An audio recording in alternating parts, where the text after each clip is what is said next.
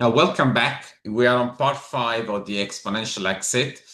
And as usual, I am joined by the expert of private markets for public ambition, and James Hunt.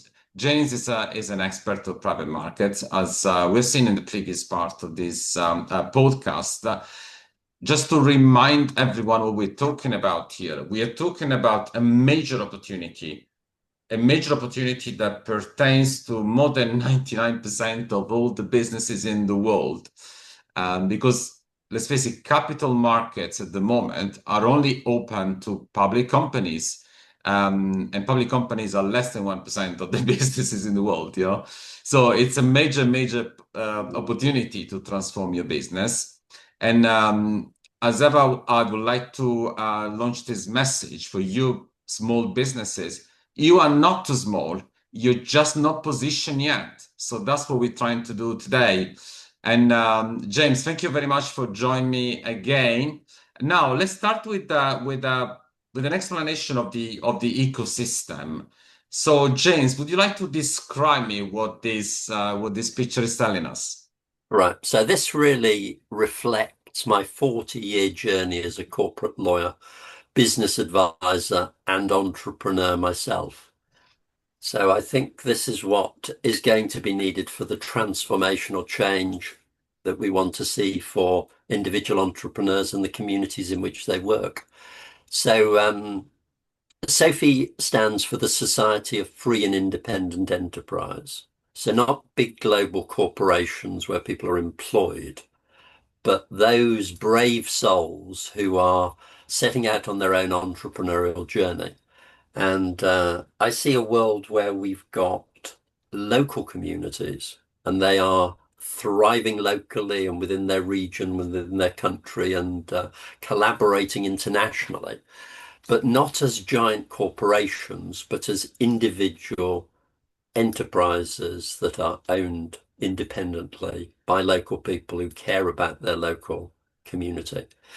And what I think is needed is a movement of entrepreneurial lawyers and entrepreneurial accountants and other advisors who are trained to understand that entrepreneurial journey, because it can be very challenging. There are the challenges of your own enterprise. There are the challenges of the economy you're operating in, and the challenge of the changing market in which your business operates. And transformational change comes about through the actions of these entrepreneurs. They are the agents of transformational change. And what I've come to learn over 40 years is that they're often very troubled souls. It's what drives them to want change. And very often at the moment, we put people into the box of either being a business entrepreneur or a social entrepreneur. And I think we have to see the world as much more of a continuum. So business owners, business entrepreneurs may become social entrepreneurs, or someone may just always be a social entrepreneur, but they have to work with one another and off one another. And I've seen communities in small towns and the village where I used to live come together to effect transformational change through the community owning assets, which then enables young startup entrepreneurs to have businesses that they wouldn't otherwise have been able to start. And then we have to have investors who will have confidence in this community because they are part of it. Someone once said it's difficult to defraud people in a local community because they know you. So we see on the national and the international scale terrible examples of fraud and incompetence. And how does that come about? Well, it comes about because it's things that are big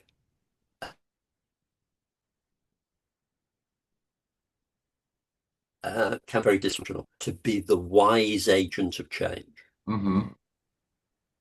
Effectively, your vision is quite compelling because we're talking about local communities. We're talking about let's call it smaller ecosystem, yeah. So so basically, what we are conveying here today is an ecosystem that will feed itself, where effectively there's going to be such a such a proximity between investor, entrepreneurs. So effectively, it's like let's call it the opposite to when we talk about globalization. Explain me this particular characteristic of this idea.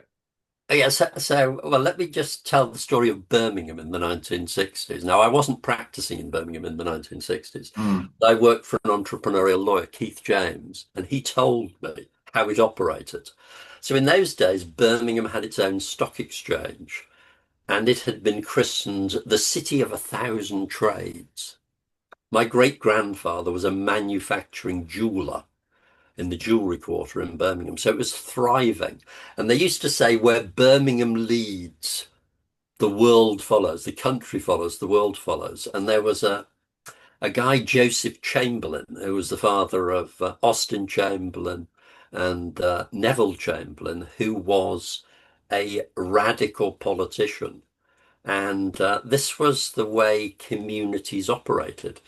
So Keith would tell me the story. There was an advisory business called Neville's in Birmingham. And in 1965, capital gains tax was introduced for companies. And through the Birmingham stock market, they were floating dozens of companies. And it was local investors who knew local businesses and how good they were and the businessmen running them who were investing. So it was this circular economy. So this isn't really radical. All we're doing is going back to the future. Of course, we've got a different world now with technologies and other challenges, but it's simply back to the future in order to reshape it and move forward. Okay, no, that's very enlightening, I would say, because so the proximity of investor to businesses is definitely going to create a different type of relationship, I would say. Yeah. And no, that's very enlightening. So yeah, we've spoken about Sophie. Thank you very much for telling us about this.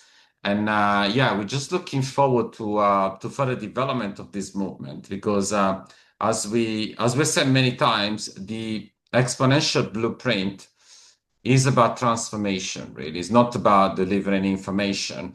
And that's what we're really attuned to do together with the Sophie Yeah. Enterprises. Yeah.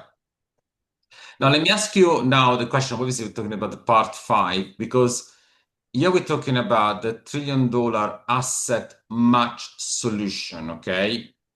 And this is where we want to talk about also asset match. Okay. We want to explain the audience how Sophie Enterprises effectively interface with Asset Match. And now Asset Match is effectively able to help the small Yeah. entrepreneurs to achieve their success in private markets. Yeah. So the Yes. question I wanted to ask you is about wealth creation. Wealth creation, how do you think can Asset Match be the $1 trillion solution that we're talking about? Right. So I want to go back to Birmingham again to explain how I think this can work. And I want to tell the story of an old client of mine, Mike Abrams, and his company, which was called Capolito Roma, a nice Okay, Italian name, Matteo. Capolito Roma. Capolito, You probably say Capolito. it, Yeah. you say it more elegantly than I do. Yeah, he's a fashion designer, right? So I'm talking here about That's right. the case study. Yeah. Right. Okay. So this is a story about a company going on to OFX. Hmm. Now, OFX I see as really an ancestor of Asset Match, and in between there was a business, an exchange called Sharemark. So OFX is very similar to what Asset Match now is. So the story of Mike Abrams. So at this time, I was starting my own entrepreneurial journey. I set up a law firm. I was going to set it up in Birmingham, my hometown, but I eventually decided to set it up in Stratford upon Avon, which was just outside Birmingham. And I struck up a friendship with a Birmingham stockbroker called John Hallworth. Griffiths and Lamb was the name of the stockbroking firm he was a partner of. And John was telling me about this exciting new market, OFX. Now, when I'd been working in London, I'd done a lot of new issue work on what was then called the unlisted securities market. I was keen to continue doing that sort of work. So John said, right, this is going to be big for you and I. He was running a small stockbroking business. I was running a small legal firm, and I was keen to grow.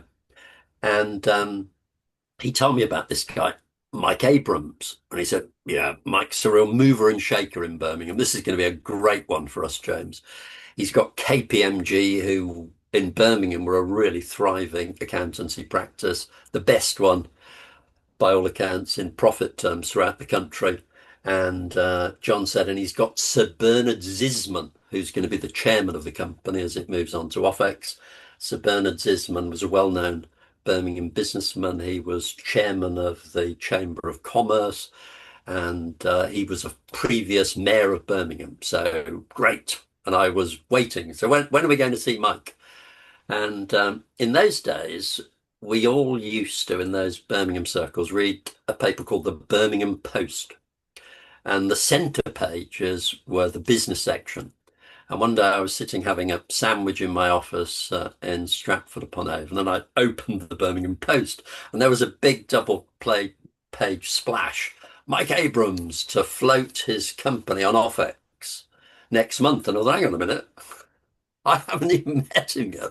I thought, has he gone off to another law firm in Birmingham? And I called my friend John and I said, what's this? It's it's in the Birmingham Post. I haven't even met him yet. And John said, don't worry, he definitely wants to use you.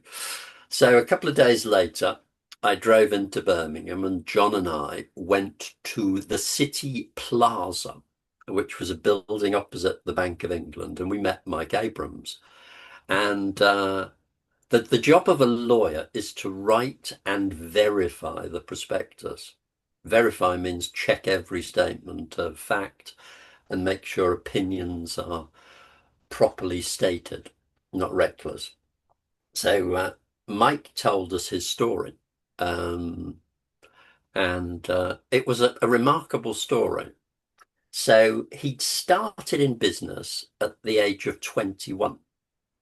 And a family friend who were manufacturing jewelers in Birmingham, Peter Cannon, had backed him. Peter, I think, was about 10 years older than Mike, but he got some money. And Mike decided he'd been a trainee at Rackham's in Birmingham when he was 15.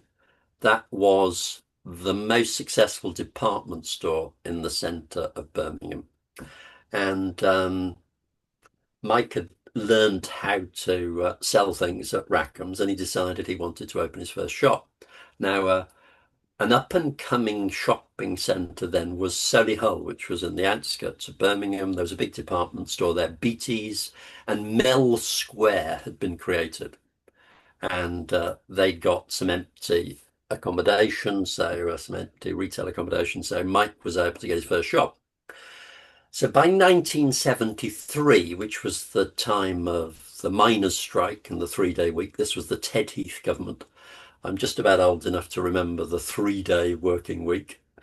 That business, which had grown to 5-6 branches, had to consolidate, then it ultimately had to close. So Mike, in his mid-20s, had to close the business he'd started, and he went back into employment. And he worked for a well-known fashion retailer, Wallace, and he was their Birmingham manager for several years. But obviously the entrepreneurial urge could not be resisted. So in 1983, he started again with the backing of Peter Cannon. And Mike decided, right, the future, so this is 1980, the future was Italian ladies' shoes and handbags. And I think men's shoes as well. So he had to choose a suitable Italian name. So Capolita Roma became the name. So those who are familiar with Birmingham will still know where Rackham's is. It's outside St. Philip's Square, which is where the commercial quarter is, the other side of the square and the other sides of the square. Now, if you walked past Rackham's in those days, you came to an older department store, Lewis's. Now, this isn't to be confused with the John Lewis Partnership. This was set up by a Liverpool entrepreneur, David Lewis. He started this store in the late 1800s. And he must have been a very clever entrepreneur because it was clearly the place where Birmingham people went. There was a brilliant food hall in the basement, and my mother used to take me to Lewis's. We used to walk past Rackham's when we'd go to Lewis's because the food hall was better. Um, but everything goes in a cycle, doesn't it? So it was starting to look a bit tired. So we're talking about 1983. Mike is successfully establishes the business. He's on that footfall. People are walking from Rackham's to Lewis's. So he then expands the business. He takes the unit next door. So in 1983, he's got two big shops on a good thoroughfare and selling Italian ladies' shoes and handbags. And then disaster strikes. I'm old enough to remember the 1990-1991 recession. So Mike then learns that Lewis's is closing. So suddenly the footfall drops dramatically, and he's got high overheads, the rent, the rates, the sales team in his shops. So he's starting to lose money again. And this is, of course, the second time he's faced this because he remembers as a young man when it happened with the miners' strike. So Mike was a very creative entrepreneur. Now, what had happened during the boom 1980s, a developer had built a building called the City Plaza. Now, it's just up the road from Rackham's on the outskirts of the retail quarter, just opposite the Bank of England building. And the recession came and it was empty for 18 months or 2 years, and everyone thought, oh, it's just a white elephant. We used to walk past it. It was a sort of circular building. I remember Kleinwort Benson had come up from London. They'd taken a floor, but that was the only floor that was occupied. The rest of it was empty. And Mike decided there was an opportunity here. So he spoke to the agents who were renting it out, and he said, well, I'll take the top floor, but I want a really good rent, and I want a rent-free period. Now, at this time, Mike had also struck up a friendship with Timberland. And I think it was David Timberland was the founder of that shoe brand, and they were just starting into the UK. So Mike worked out that Capolita Roma could become in its new form a brand of brands. So Timberland was the anchor brand. Then he brought in Henry Lloyd, he brought in Rockport, and then he'd bring in a challenger brand. So he was working out how you seduce people in with the challenger brand. You'd be making more money as the retailer. So he'd got a winning formula. When I met him, he'd got 5 branches, all operating on the same format. And Mike really understood the psychology of his customers. So I'd been a Birmingham City supporter. The other big football club was Aston Villa. And Mike was targeting young men aged between 16 and 30. And he told me the technique, and the technique was to dress the window to appeal to them, to seduce them.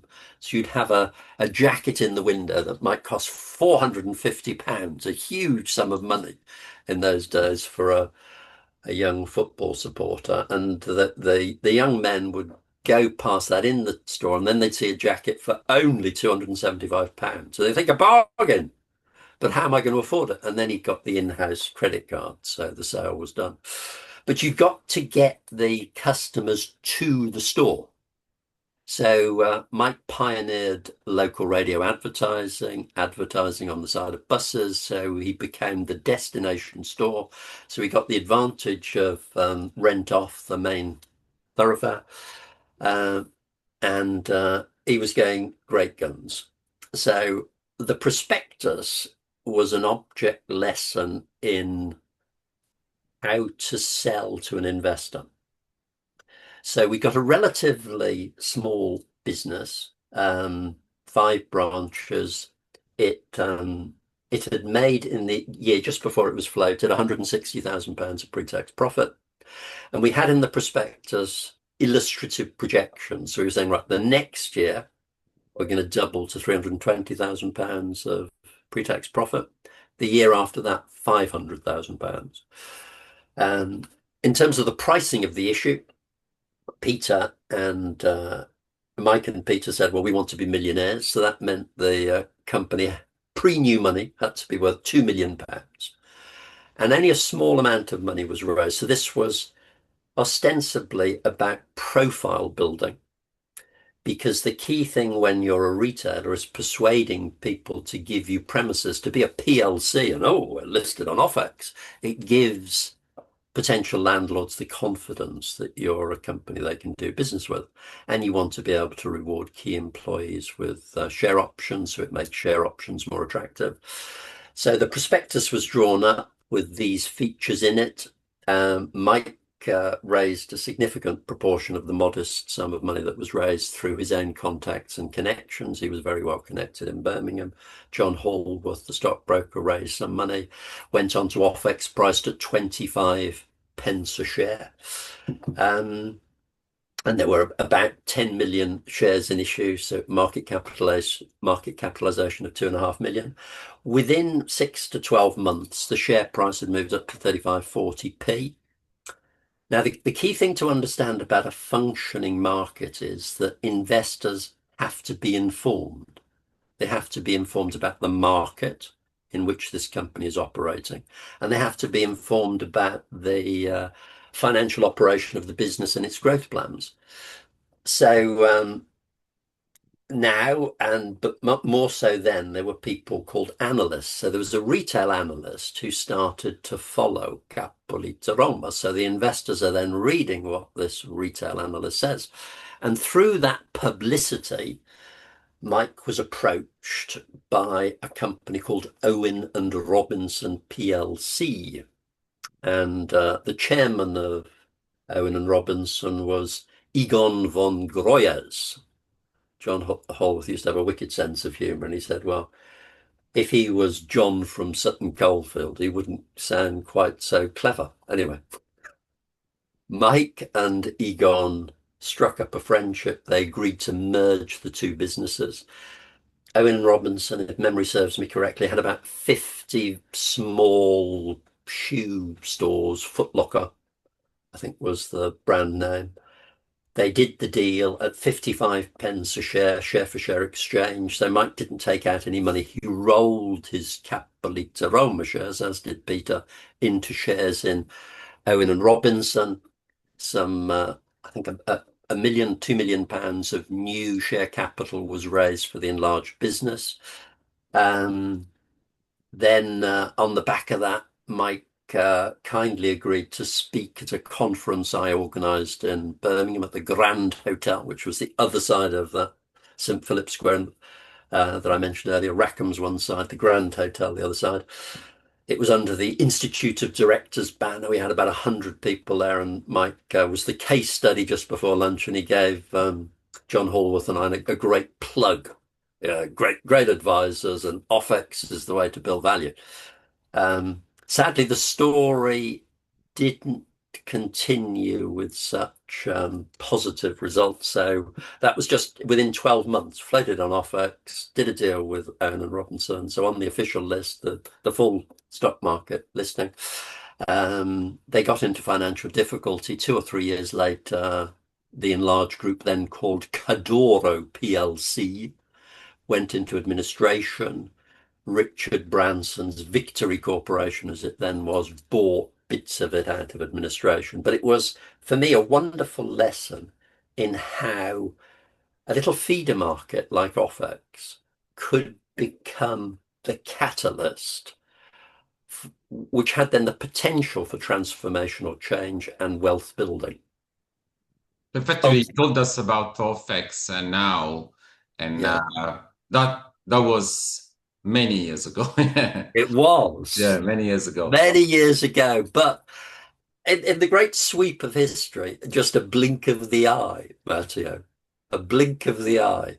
So OFX itself got into financial difficulty. They were pressed by the regulator, which was then the Securities and Futures Authority, that they should become a regulated investment exchange, which they did. That put up their cost by £500,000.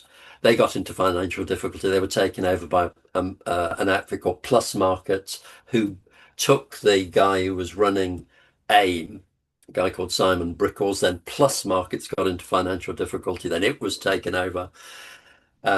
So it's a tough old world out there, and we now do have this dysfunctional market. But But now we we've are in 2025, yeah? And in yeah, 2025, we got asset matches and Pisces. Again, Pisces. Yeah, Pisces again. Okay, so that's I hope my pronunciation. You did very well in Italian. I hope I'm doing well in English as well. So, so let's say, how can now in 2025 asset match and Pisces be the catalyst for this change, for this transformation? Because now we were told about the inspiration, yeah, shall we say, from yeah, the past. So obviously learning from what's happened really. yeah, So tell us, so we are so curious. And by the way, to tell the audience, we're gonna cover so much more about asset match and Pisces in yeah, uh, in some other podcast, some other videos you will watch on this same channel. yeah. So I think the important point to make is this, that this transformational change depends on us, we, the lawyers, the accountants, the advisors, the supporters of these entrepreneurs, because Asset Match has actually been going for 12 years. And about 5 years ago, HM Treasury decided that this idea of a market for the shares in private companies had a lot of merit. And it's taken 5 years to get from the government through HM Treasury saying, right, we want to promote the unlocking of this massive value in private companies through doing what OFX was doing and what Asset Match has been doing for 12 years. So what the Treasury did was then work with the Financial Conduct Authority, and in May of this year, a statutory instrument was introduced. Mhm. The Financial Conduct Authority has now invited people who want to run a market in the shares of private companies to apply to be a Pisces operator. So Asset Match has applied. They tell me they expect that probably there will be 4 or 5 Pisces operators in total. The London Stock Exchange is itself going to apply to be a Pisces operator. I think it's, to my mind, it's inconceivable there'll be more than one because each of them is going to have their own rule book. So advisors are going to want to plump for one. So I plump for Asset Match. They've been doing it for 12 years. Two wily city traders started it, Stuart Lucas and Ian Bailey. They've learned how to operate it effectively. By the end of this year, it's expected that the Pisces operators will be in place. And the great thing will be there will be the oxygen of publicity. Now, the establishment, I'm sure, will be saying, oh, it'll never work. It'll never work. I've been saying Asset Match is the City of London's best kept secret for 12 years. So it's up to us to educate ourselves on how this can work and then support our entrepreneurial clients to use Asset Match as their catalyst for transformational change. So as a match effectively, we're talking about as a match is the organization that is Yeah. driving the change, while Pisces is the market, let's call it like that, is the tool. So Asset Match will be one of 4 or 5 Pisces operators. So effectively, as a match will be one of the operator will be one of the operator who will effectively will feed prices with with all the activity that is needed. And Yes. let's say again what prices means. It's private. Sorry. It's a private intermittent security Securities and exchange, security commodity and an exchange exchange system. systems. Okay.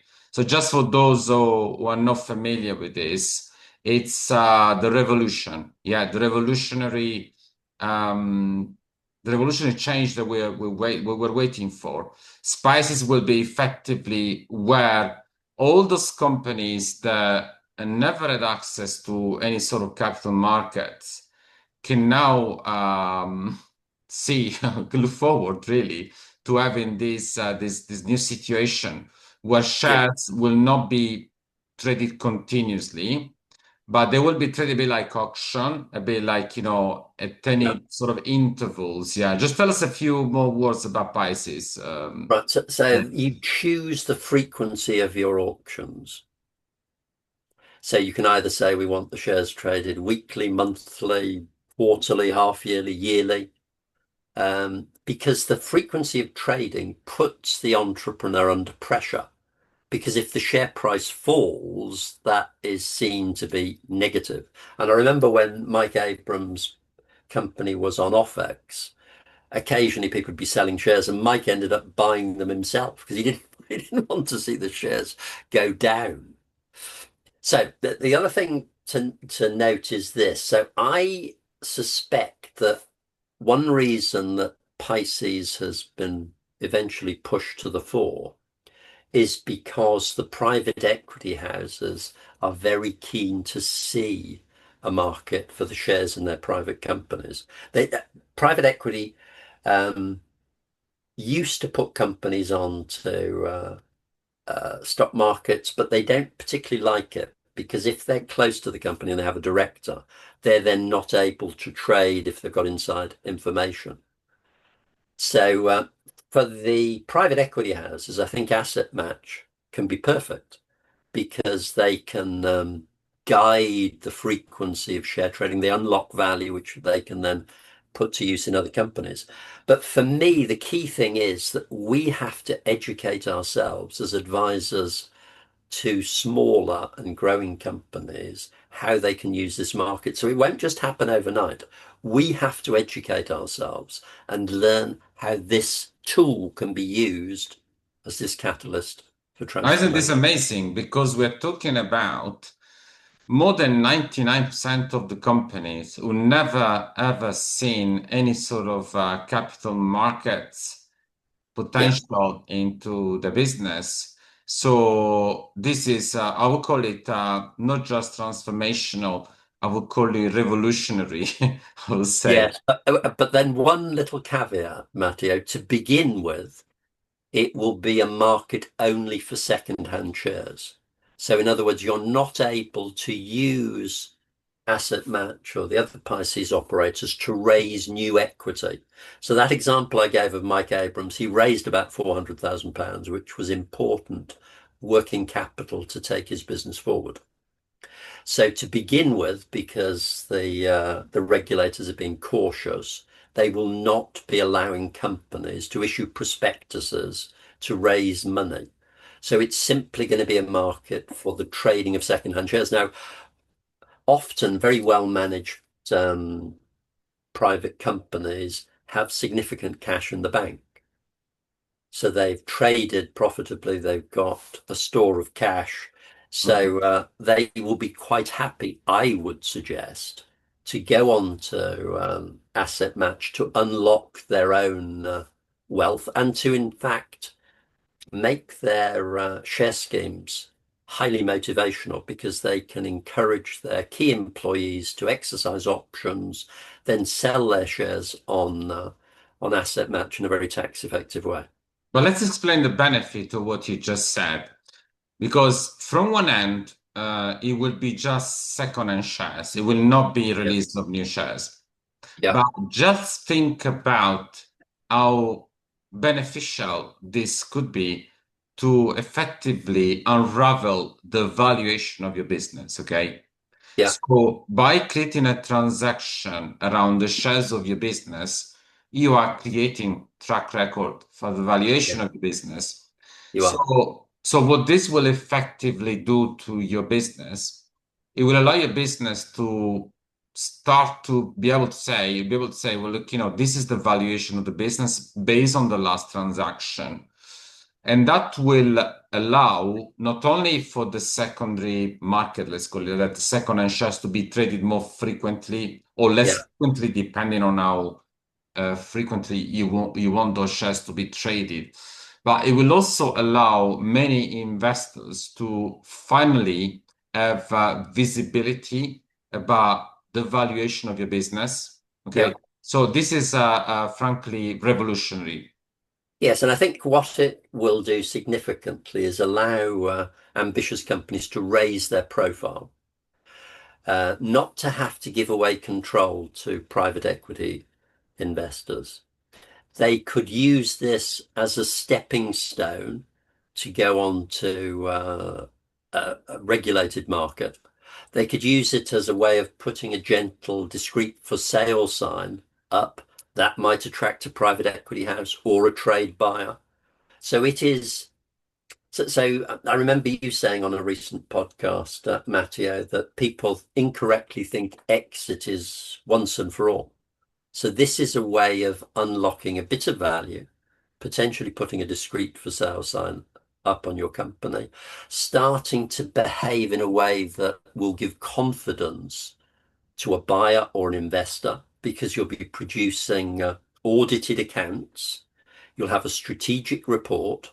What I would be recommending is that you probably commission an annual valuation, that you have an employee benefit trust. So you are ensuring that you have the best chance to put your best foot forward as a company. And you explain to the market how your industry operates, how it's changing. And you support the trade in your shares with an employee benefit trust, which your company could make a small facility available to, so that you don't have fluctuations in the share price that might disturb people, and you give guidance through the trustees of your employee benefit trust to what you believe is an appropriate value for the shares. Let's So I think think, about the benefit, operationally speaking, better relationship with banks. So yeah, banks will be able to see the governance in the business as reach a certain level of discipline that will allow them to, to look at the yeah, business with a lot more confidence. The confidence will gain yeah, so much more, better talent, yeah.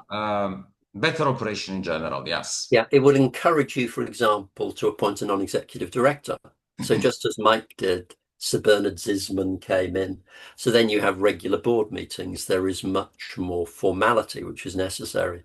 And then you can reward those non-executive directors with share options. Sir Bernard had some share options. So you're able to reward people in a different way and attract people and behave in a more engaging way for potential investors. You're showing your ambition and you're putting yourself out there as a company to be watched and to be backed. No, it's great. And as I said to the audience, we'll release much more extensive documentation and information about Asset Match and Pisces. So Yeah, yeah, stay tuned. Yeah. stay tuned indeed. Okay, so let's talk about the circular economy. Now, James, I'm also an entrepreneur in the circular economy. We there is so much hidden value that can be created, wealth that can be created with the circular economy. That there are so many ecosystems that, as of today, they remain really undervalued. Yeah. So let me ask you this question. Let's go back to Sophie Enterprises in 1845. And by the way, 1845, many people ask me in the last few What days, does it what does mean? it mean? That's the 6:45 in the evening. Is that correct? Yeah? Yeah, it starts at 6:45. It's 6:45 in But the evening. someone once said to me, "Oh, is that something to do with the French Revolution?" I said, "No, Okay. 6:45, It's another, it's, 1845." it's another revolution. And That's yeah, great. it is a revolution. Yeah, It is a revolution in any case. mm, So earlier on, we spoken about an ecosystem where effectively there are several organizations, several people, interacting quite closely, quite frequently with each other. We've spoken about local community, where investors, they got much closer proximity to enterprises, where the entrepreneurs, they know their customer better, their supply better, and the other way around as well. So that creates so much more trust, you know. But tell us about circular economy. How are you going to be able to help? Right. So again, let's think of Birmingham as an example of profound transformational change. So the rise of Cadbury's and that Cadbury's community. So here we'd got an entrepreneur growing his business. He needed to create a village for his employees to live in it, Bourneville Village. So that was a bold, ambitious step by that entrepreneur to create the very infrastructure that his business needed to thrive. He needed really good employees in good accommodation to work in his factories. So I do think we have to think about value creation in local communities. And there are a lot of communities now with internet having made it really difficult for people to have successful high street businesses. Then we had lockdown. We see lots of high streets that are looking very sad now with shuttered buildings. I live 20 miles away from Haverfordwest now, which is the market town of Pembrokeshire. Now, if you went back only 40 years, that was a thriving county town. It's beautiful Georgian architecture, spoilt, I have to say, by two out-of-town developments, which then suck all of the spending power and the energy out of that local economy. And then you have beautiful buildings that are starting to decay, and we see that on lots of different high streets. So I've been involved in projects in small town in the Cotswolds, where an entrepreneur, a social entrepreneur, one would describe him as, saved the old court building, the magistrates' court building, and turned it into a place where there were 6 or 7 small retail units. I saw in my village Blockley a similar process where we saved the village shop. It became a shop and a cafe, and that then became the place where two entrepreneurs, one running a grocery business, one running a cafe and fine dining in the evening, could make a start as entrepreneurs. So I think we have to think locally about ecosystems and about business owners coming together, supporting social entrepreneurs, recycling the wealth that's been created within that community, rather than allowing predatory, large external global corporations to suck all of that value out of the local community. No, it's great and inspiring to see. I mean, many times, you know, when I'm drinking a cup of coffee in a bar, I often mention that actually, if we were able to recover that coffee waste, you know, because eventually the coffee that is used to create a coffee cup is wasted eventually. If Yeah, you were able to use that coffee waste in an economic way, which can be done, by the way, it's just a matter yeah, of getting organized, really, we would be able to use the proceed to create an oil, which yeah, could actually match the same quality as palm oil, which is used in cosmetic and is also used in the food industry.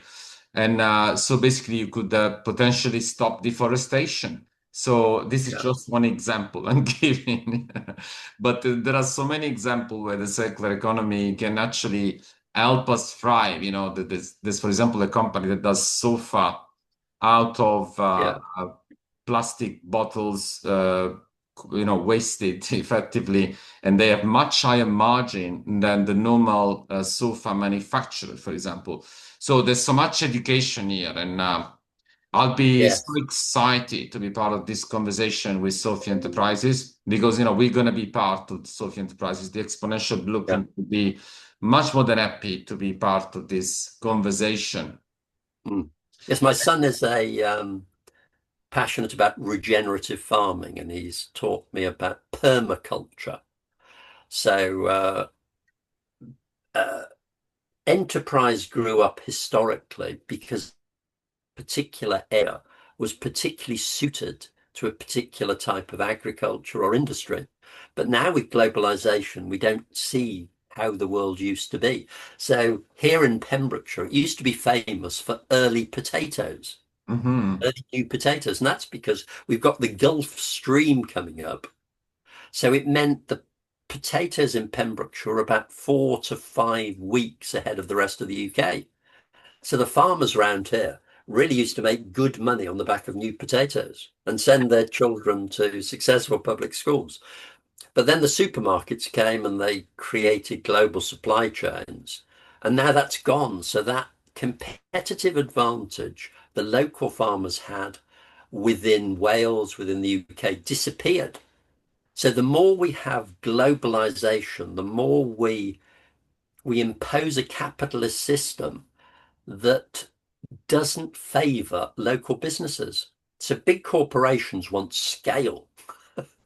And we can have scale, I think, through wonderful collaboration through small enterprises, And for which will be a example, completely different.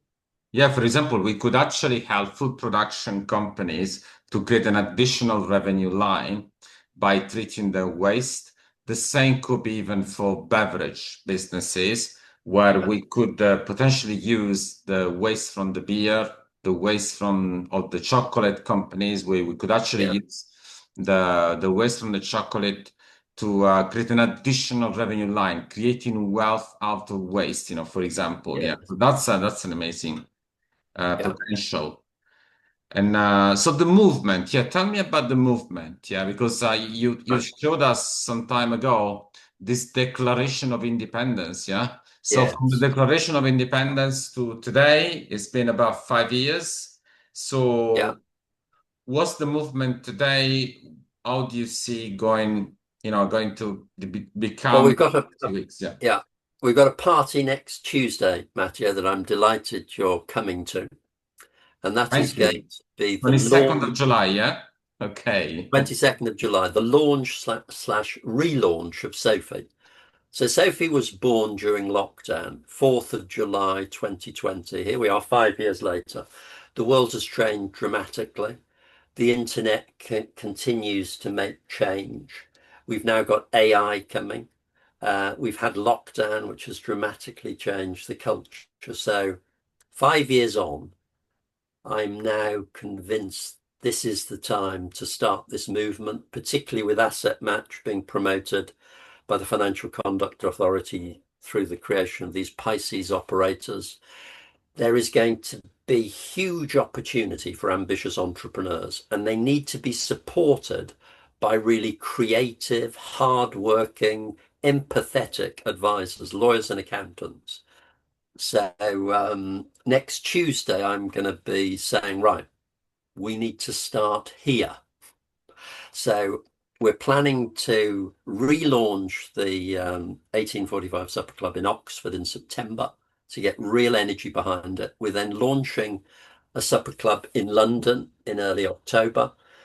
Early in the new year, we'll be ready to launch in Birmingham, which is where I used to practice. I've got some old lawyer friends in Birmingham. I'm sure they're going to be interested in this idea.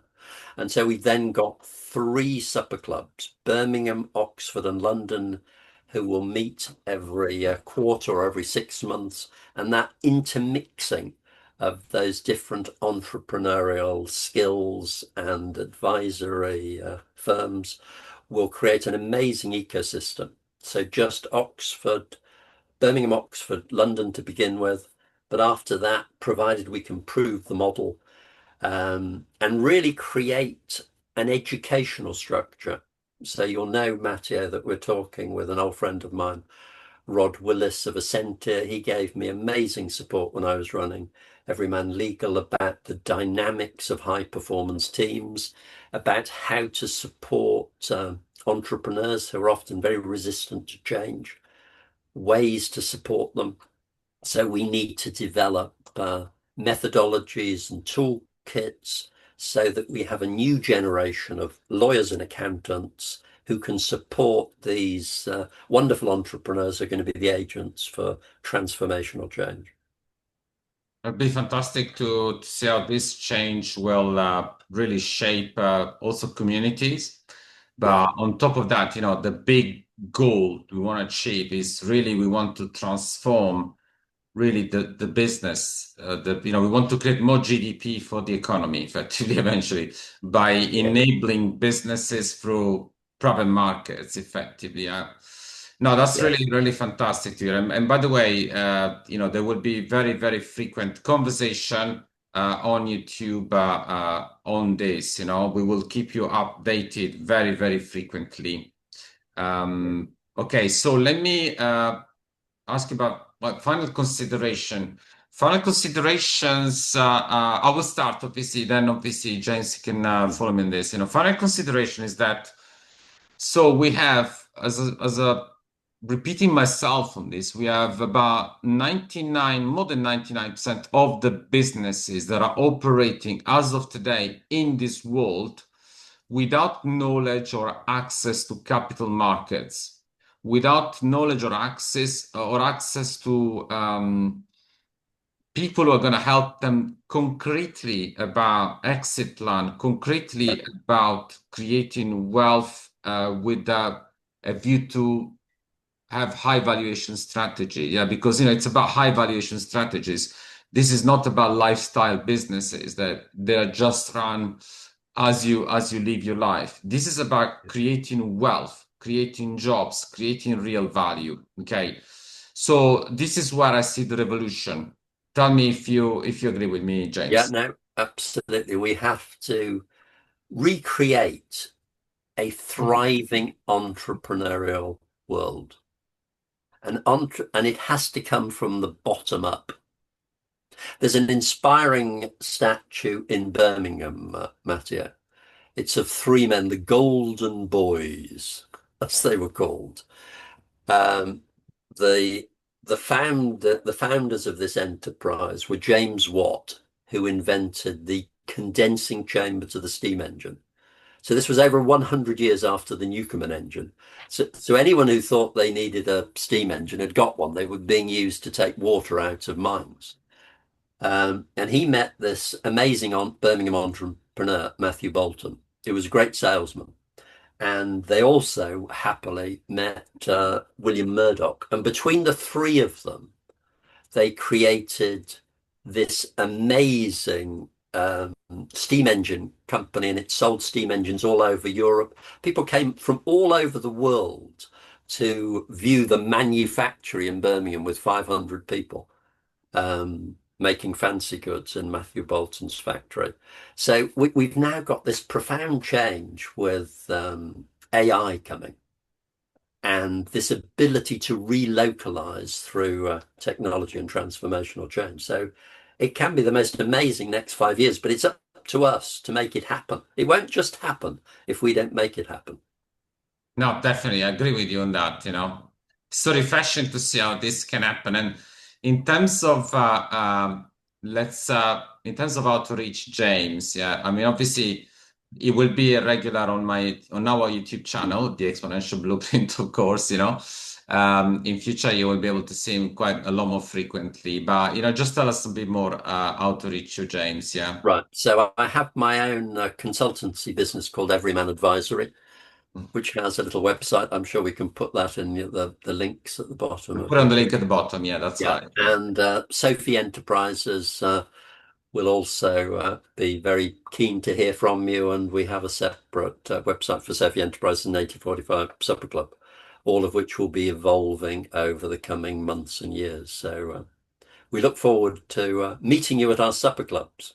Absolutely, I'll be delighted to come. And I just wanted to remind everyone about the Exponential Blueprint.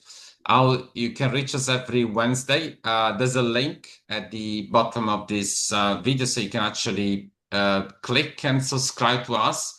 You can join more than 22,000 founders, investors, and executives who are so enthusiastically really telling us every day how we can improve the newsletter. At the moment we publish it every week, yeah.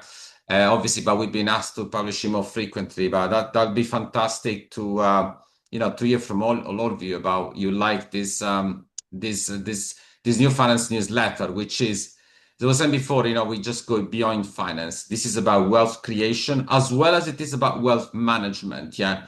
We got so much education about wealth management, not enough about wealth creation. We need to marry the two. And we need to obviously stop this intimidation that founders have towards financial intelligence. You need to embrace it. Okay. So we need to help each other as much as possible. And obviously, our YouTube channel, from which you're watching this video as well, we got more than 43,000 subscribers. So this is growing a lot. Don't forget to subscribe by really clicking on the link at the right bottom of this. And I'll be delighted to welcome you on the left. You will see access to other episodes with James Hunt. But James, will explain us so much more in the next few editions of the Exponential Blueprint about the exponential exit, but also about the access to private markets. We're going to be talking about Asset Match. We're going to be talking about PISCES, and obviously we're going to report to you frequently about Sophie Enterprises. Okay. So thank you very much, James, for joining me. Lovely. Thank you, Matteo. And the Welsh, when they're saying goodbye, say Hwyl fawr. Hwyl fawr. A big goodbye. A big okay, fun. That's right. Hwyl fawr. Hwyl fawr. To all your listeners and to you, Matteo. It's just a see you and arrivederci in Italian as well. Okay. Thank you very much. Okay. Lovely. Bye. Yeah. Bye-bye.